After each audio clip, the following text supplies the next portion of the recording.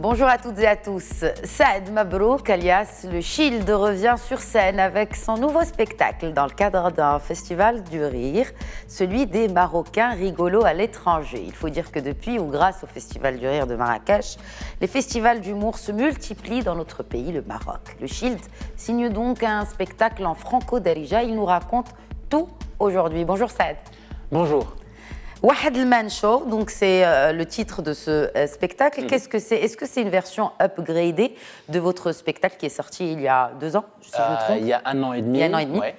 C'est une version beaucoup upgradée avec beaucoup plus d'options. Il y a le Wi-Fi. Quand tu rentres au spectacle, tu as le Wi-Fi gratuit.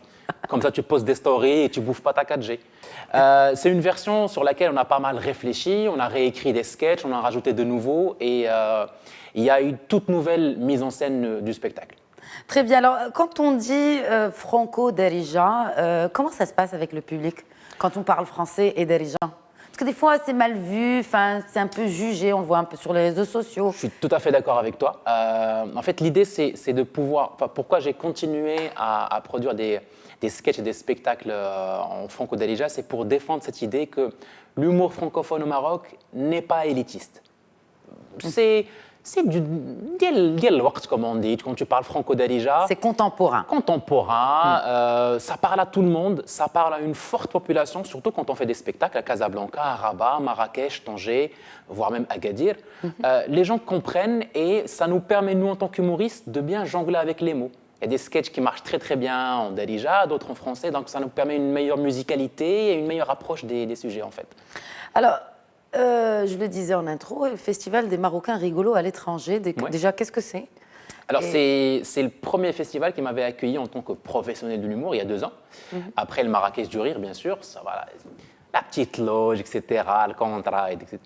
Et c'est un festival qui réunit les gens qui réussissent à exporter leur humour marocain ailleurs, comme moi, comme j'ai joué à Paris, un peu ailleurs, et surtout les Marocains qui résident à l'étranger, qui sont drôles, surtout, à l'image de Boudère, Oussama Ben Ali, Wallace ou autres, et voire même des chanteurs qu'on a accueillis dans d'autres éditions. Et bien, tout le monde se réunit sur scène. L'idée, c'est de faire kiffer tout le monde, de faire rire tout le monde et de dire qu'on peut exporter notre culture ailleurs et on peut être ailleurs en gardant l'identité marocaine et revenir dans son pays et partager sa joie et sa bonne humeur, et le Wi-Fi aussi. Vous insistez sur cette question du Wi-Fi, Saad Mabrouk. Alors, faites-vous partie d'un collectif? On remarque aujourd'hui qu'il y a, vous avez parlé de ces humoristes, n'est-ce pas, maghrébins qui vivent en France, réunis un peu sous la coupole du Jamel Comedy Club. Est-ce que vous faites partie d'un de ces collectifs actuels d'humoristes, Saad Mabrouk? J'ai la chance de côtoyer plusieurs humoristes et d'être un peu le caméléon qui se glisse dans plusieurs collectifs. C'est par choix? C'est par choix et par chance surtout, parce que d'autres humoristes se voient dans une troupe mais n'ont pas le temps d'aller se poser avec d'autres. Ils ont un programme chargé, ils habitent dans une autre ville que Casablanca, qui est un peu la ville qui englobe un peu, enfin, qui accueille beaucoup d'humoristes. Être à Casablanca, faire quelques voyages à Marrakech, à Paris, ça permet de rencontrer pas mal de monde. J'ai la chance de rencontrer Wallace pour l'Afrique du Rire, de rencontrer Nabil Essam pour le MRE et donc Boudère et la compagnie, d'être avec des gens assez fous, beaucoup trop fous, du collectif Dhakt Hajro, et c'est le collectif dans lequel on participe beaucoup.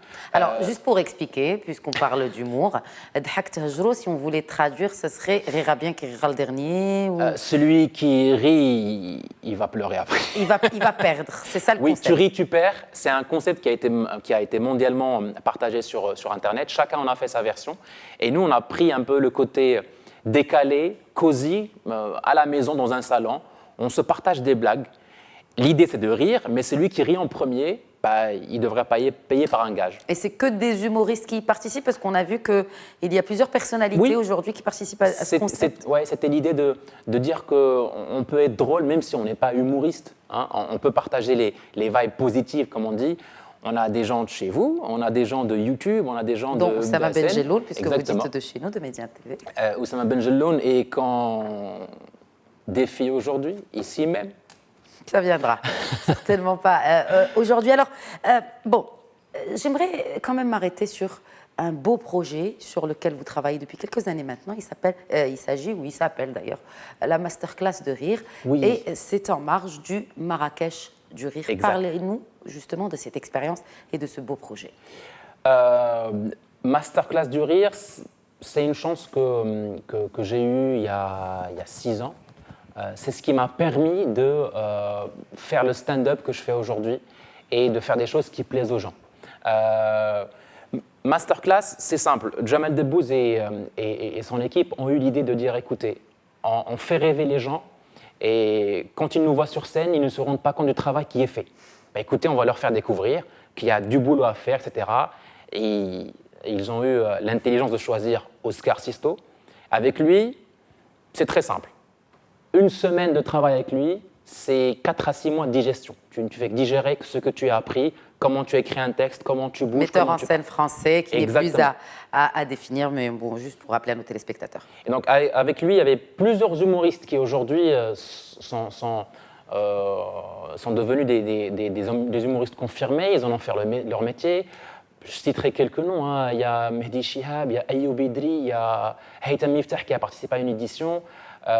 J'ai eu la chance de participer à plusieurs. Donc, j'ai fait du 2013, 2014. Je n'ai pas redoublé. C'est juste que j'ai voulu toujours être là. Parce que des gens, ils pensent que j'ai redoublé, etc. Moi, j'ai aimé bien Oscar Sisto. Je suis resté avec lui. Qu'est-ce qui représente pour vous, justement, Oscar Sisto? Je l'appelle El Padre. Là, vous l'appelez El Padre. Ouais, c'est pour moi le papa de ce que je crée aujourd'hui sur scène. Il m'a appris à écrire et il m'a appris surtout à jongler entre les deux langages.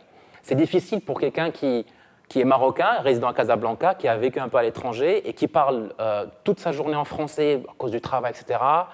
et qui veuille faire la scène au Maroc. C'est un peu compliqué si on ne s'entraîne pas assez. Et donc il m'a permis de m'entraîner assez, d'écrire et de jongler avec les deux langues et de sortir avec une bonne sauce franco-derija. Et puis, il y a 2 ans, j'ai reçu l'appel, ça m'a fait pleurer sérieusement, parce qu'on m'avait proposé de devenir son assistant formateur et confirmer mon statut de metteur en scène junior. Et depuis, on accompagne des jeunes aussi. Et je dirais l'ascension ou le développement est fulgurant quand une personne rentre en masterclass 2 mois après, parce qu'on en reçoit ceux qui font de la scène et ceux qui écrivent des vidéos, etc.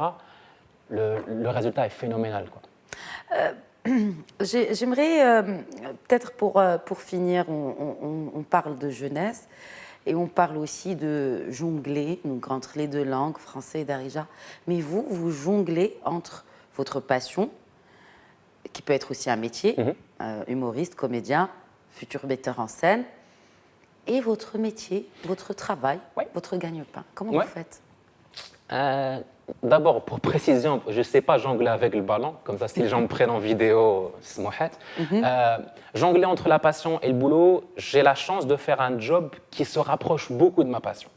Celui de faire des formations en management, de développer des formations et d'être créatif en communication interne. Donc c'est des choses qui se lient, qui sont certes difficiles, mais le choix est là.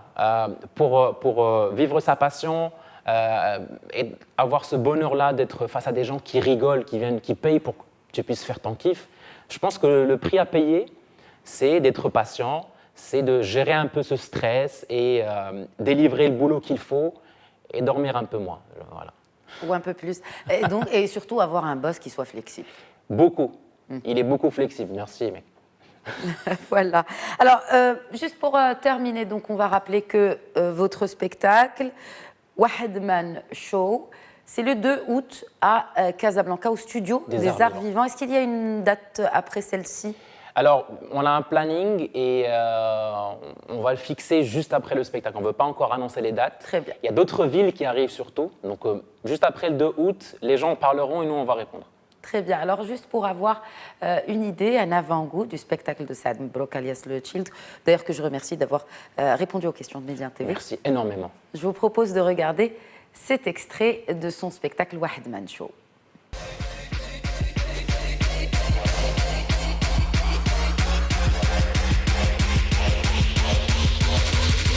This shit is super raw.